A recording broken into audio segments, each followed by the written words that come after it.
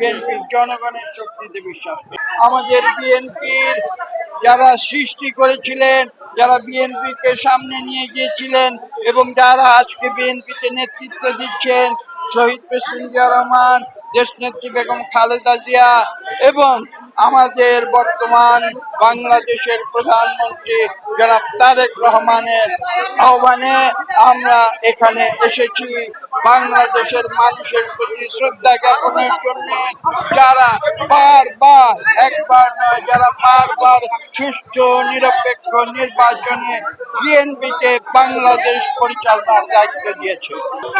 আমাদের দলীয় অবস্থান অত্যন্ত স্পষ্ট।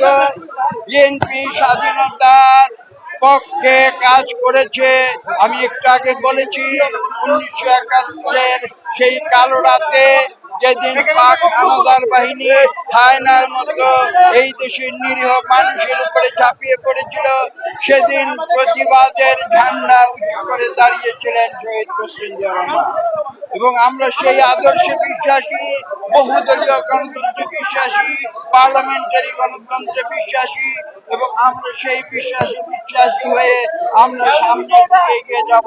বিএনপি একদলীয় পাকশাল শাসন, যেটা বাংলাদেশের উপরে জগদ্দল পাথরের মতো চাপিয়ে দিয়েছিল, সেই ধারণায় বিএনপি বিশ্বাস করে না, বিএনপি জনগণের শক্তিতে বিশ্বাস করে।